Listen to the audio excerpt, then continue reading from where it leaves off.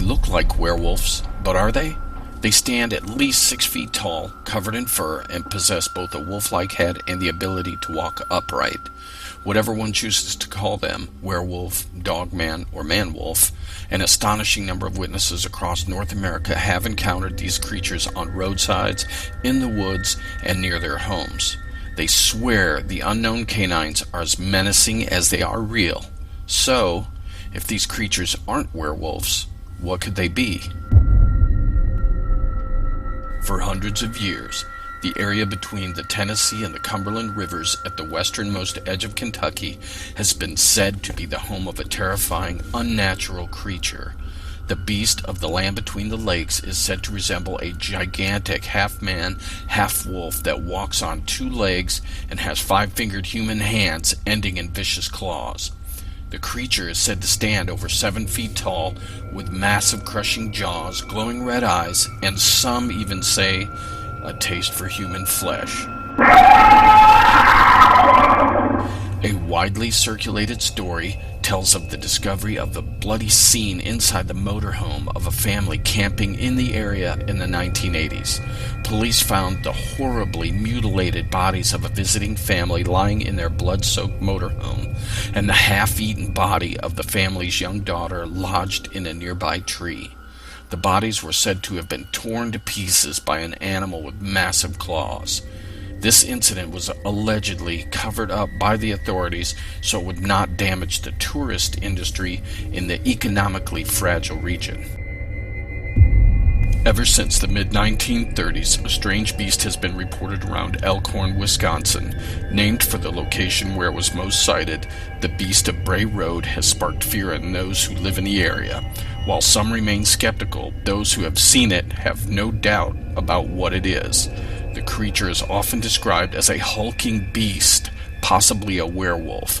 Its name has been applied to other beasts reported in Wisconsin with matching characteristics. The Michigan Dogman is a cryptozoological creature first reported in 1887 in Wexford County, Michigan. The creature is described as a 7-foot-tall, blue-eyed, bipedal canine with the torso of a man and a fearsome howl that sounds like a human scream. According to legends, the Michigan Dogman appears on a 10-year cycle. Sightings have been reported in several locations throughout Michigan, primarily in the northwestern quadrant of the Lower Peninsula.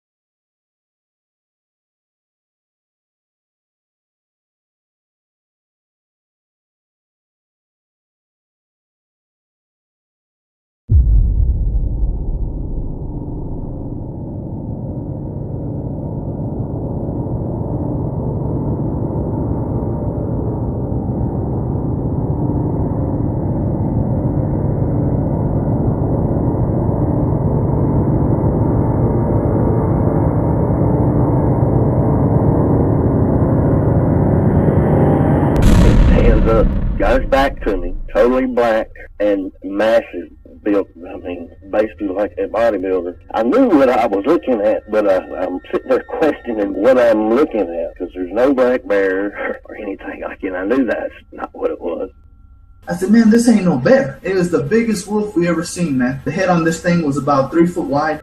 This thing stood up. It didn't stand up straight. It just kind of hunched over. That's when I realized that this thing had a, for lack of a better, a wolf's head and what looked like a person's body. But I could see it. It was kind of a smoke gray color, and it had like really reflective, like yellowy looking eyes. I remember the eyes.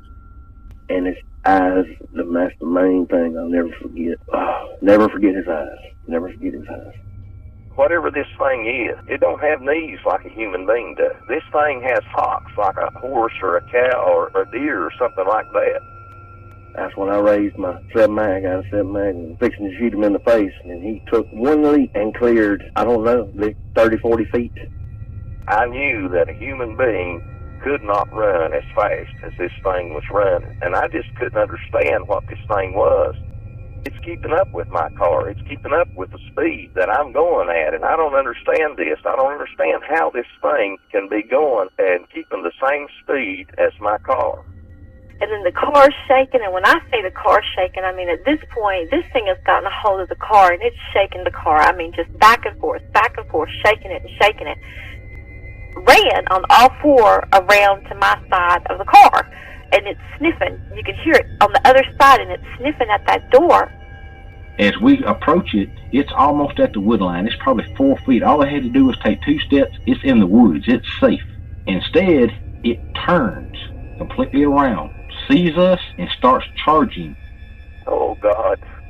And it stuck its head in my window, and it grabbed hold of my door. And I wanted to get out of there. I wanted to get away from this thing, but I couldn't.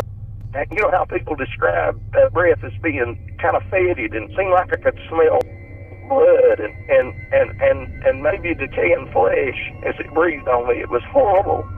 And I know that if it wanted to, this thing could have reached right in my car window and right over to the driver's side from the passenger side, and this thing could have grabbed me and it could have drugged me right out of the car. If it wanted to, it could have just ripped my head off, or it could have leaned in my car window and it could have bit my head off. I don't know.